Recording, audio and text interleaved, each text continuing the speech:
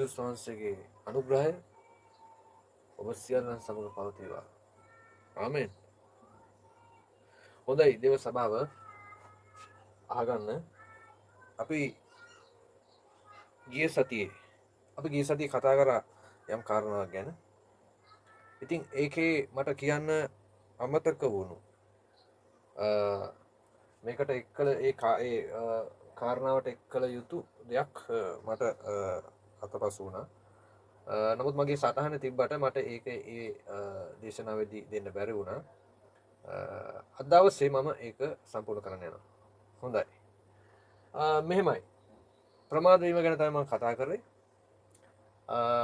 ප්‍රමාද වීම කියන මාතෘකාව යටතේ අපි බැලුවා ආබ්‍රහම්තුමා කරුණ කොටගෙන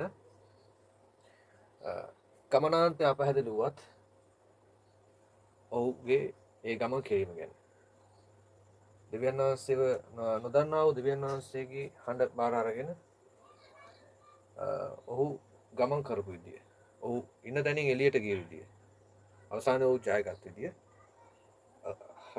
ඊට පෙර ඒ ජය ගැනීමට පෙර ඔහු අතරමඟදී ඒ මොකද්ද වුනේ කියන කාරණාව. රයිට්. එතකොට මේකෙදී අතරමඟදී අපිට පැහැදිලිව පේනවා මේ කාරණාවේදී ඌට දෙවියන් වහන්සේ විසින් ඇත්තටම ඉඩ හැරියාව ප්‍රමාද කිරීම ගැන. ආමෙන්. ඉතින් ඔබට මේක මම YouTube එකේ දානවා. මේක පොඩ්ඩක් බැලුවොත් මේ රූප සටහනේ ආබ්‍රහම්තුමාගේ ගමන් මඟ. මේක තමයි මට කියන්න මේ බැරුණු කාරණාව, එක් කරන්න බැරුණු කාරණාව. ආබ්‍රහම්තුමා කොයිද ඉන්නේ? බාබිලෝනේ ඌර් කියන ඒ ප්‍රදේශයේ. හරි? ඌර්හෝ උෂ් කියලා කියනවා. එතකොට ඔයගොල්ලන්ට දකිවි ඔයගොල්ලෝ බැලුවොත් මේ නම්බර් වගේක් දාලා තිනවා 1 2 3 4 5 කියලා. හරි? ආබ්‍රහම්තුමා එළියට එන්නේ පළවෙනි ස්ථානයේ. එතකොට ඔහුට යන්න කියලා කියනවා. යන්න කියන තැන හරියටම සඳහන් කරන්නේ නැහැ. නමුත් අපිට ඉඟියක් දෙනවා ඊශ්‍රායල් වලට තමයි උන්වහන්සේගේ ගෙන්වා ගැනීමට බලාපොරොත්තු වෙන්නේ. එතකොට ඊශ්‍රායල් දේශය මේ වෙනකොට සඳහන් වෙනවා ෂෙකේම්, හෙබ්‍රෝන් මේ ස්ථාන දෙක. ප්‍රධාන ස්ථාන දෙක විදියට. එතකොට ආබ්‍රහම්තුමා මේ පළවෙනි තැනින් එනවා. ඔව් එන්නේ කොහෙටද? මේ ඊශ්‍රායල් වලට එන්නේ නැහැ. ඒ විදිහ ඊශ්‍රායල් කියලා නැහැ මතක තියාගන්න ඕනේ. කානාන් දේශය තමයි. කානාන් දේශය. හරි. නමුත් ආබ්‍රහම්තුමා මේ හාරන් වලින් නවතිනවා. මේ දෙවෙනි ස්ථානයේ. එතකොට ඒ ස්ථානයේ නෙමෙයි දෙවියන් වහන්සේගේ එන්න කිව්ව තැන. යන්න කිව්ව තැන හරියට. එහෙම නැත්නම් ගිහිල්ලා ඉන්න කිව්ව තැන. ඒ නිසා ඉදි ප්‍රශ්නයක් එනවා ආබ්‍රහම්තුමාගේ පියාට. එතකොට ඉන් පස්සේ මොකද වෙන්නේ? ඌ නැවතත් පිටත් වෙලා ඔන්න එනවා ඊශ්‍රායල් වලට.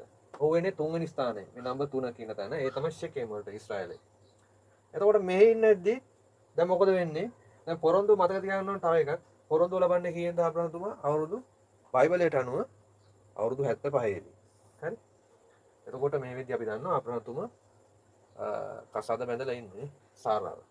එතකොට සාරාවගේ භාර්යාව 75. අපි බැලුවොත් ඉලක්කම් අනුව ආබ්‍රහම්තුමා මේ වෙද්දි ඔහුගේ ජීවත් වූ කාලය අවුරුදු 175ක් පමණ බයිබලයට අනුව. බයිබල අනුකූල කාලය. එතකොට 75 අපිට දකින්න පුළුවන් ඒ කාලෙත් එක්ක තරුණ කාලෙම නෙමෙයි. හරි? නමුත් යම් ශක්තියක් තියෙන මැද වයසේ කාලයක් කියලා ගන්න පුළුවන්. හරි? හොඳයි. මම එහෙම කියන්න හේතුව විශේෂයෙන් සාරා අපි දන්නවා බයිබලයේ සඳහන් කරන එය ලස්සනයි කියලා කියනවා. එතකොට ගොඩාක් වයසක ස්ත්‍රියක් නම් මේ වෙද්දි එහෙමනම් ඒ විදිහට සඳහන් කරන්න අවශ්‍ය නැහැ. ඒකෙන් සඳහන් කරන්නේ ඇයට ඇයගේ ඒ ලස්සන විතරක් නෙමෙයි. එතකොට සාමාන්‍ය වයසක වෙනමත් තියෙන කෙනෙක් විදිහට දකින්න. ඉතින් ආබ්‍රහම්තුමත් එහෙම වෙන්න ඕන. හරි? රයිට්. මම ඒක කියන්න හේතුව අපි ඒක බලමු ඉදිරියේදී. එතකොට 75 දී ඔය කැඳවනවා. එතකොට අපි දන්නවා ඔහුගේ පොරොන්දු ඉෂ්ට වෙන අවුරුදු 100 දී. හරි? දැන් මේ 100 පොරොන්දු ඉෂ්ට වෙන කොයිදද සිද්ධ වෙන්න ඕනේ? දෙවියන් වහන්සේ සූදානම් කරලා තියෙන්නේ මේ ඊශ්‍රායල් වලදී. හරි? එතකොට ආබ්‍රහම්තුමා දැන් කොයිද ඉන්නේ? ෂෙකේම් වල නම්බර් 3 කින් ස්ථානයේ. නමුත් මොකද හිතුවේ? ඔහු බැලුවා මොකුත් වෙනසක් නැහැ. මේ මං කියන්නේ බයිබලයේ පේන ඇතුළත තියෙන නොපෙනෙන පැත්ත. ආබ්‍රහම් තුමා හිතුවායේ සලකන්න පුළුවන් විදිය. මේ මොහොතේ අපිට පේනවා ආබ්‍රහම් තුමාට හිතෙන්නේ නැති අද දවසේ අපිට හිතෙන විදියට. අපි පොරොන්දු අල්ලගෙන පණිවිඩ අල්ලගෙන ඉන්නවා. නමුත් ප්‍රමාද වෙන තැන අපිට හිතන දේ, අපිට සිතට එන දේ, හරි කියලා හිතන දේ අපි කරන්න පෙළඹෙනවා. ආමෙන්.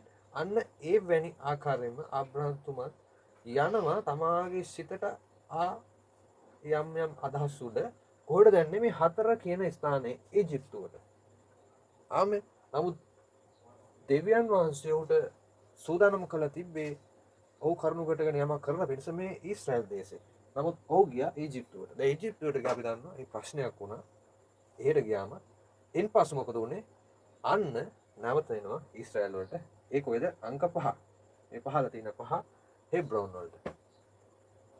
අන්න ඒ අවස්ථාවේ තමයි ඔහුගේ දෙවියන් වහන්සේ විසින් ඔහුට සූදානම් කරලා තිබුණු ඒ පොරොන්දුව ඉටු කිරීම සිද්ධ වුණේ. ඒ පොරොන්දුවට ලබා දුන්නා. ඒ වගේම ආබ්‍රහම් තුමා ඒ පොරොන්දුව අත්පත් කරගන්න පුළුවන් වුණේ. හරි. ඒක ඔහුගේ පැත්ත බලද්දී ජයග්‍රහණය. ආමෙන්. නමුත් දැන් කාරණා මේකයි. මේ ස්ථානයේ දක්වා මේ අංක 5 දක්වා පැමිණීමේදී ඔහු පසු කළා වූ ස්ථාන කීයක් වෙනවද?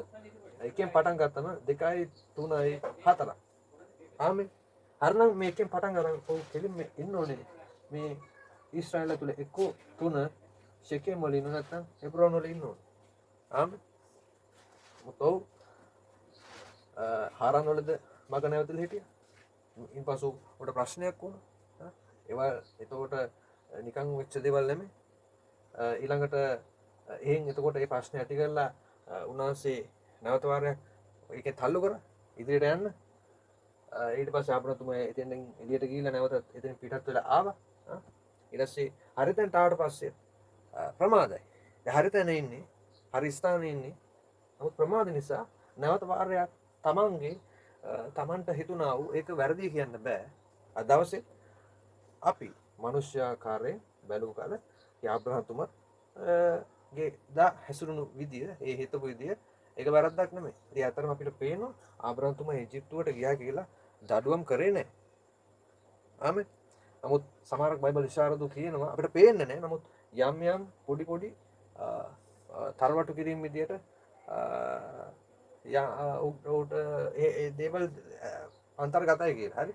යම් පොඩි තරවටු කිරීම පොඩ්ඩක් දුන්නා කියලා කියනවා. ඒක අපිට බලන්න පුළුවන් වෙන වෙලේක. නමුත් පැහැදිලිව ඔහුගේ පොරොන්දුවට බාධා කරේ නැහැ. ඔහුට දුන්නා ඔහුට සූදානම් කර ඇති ඒ ජයග්‍රහණ බාධා කරේ නැහැ. ආමෙන්.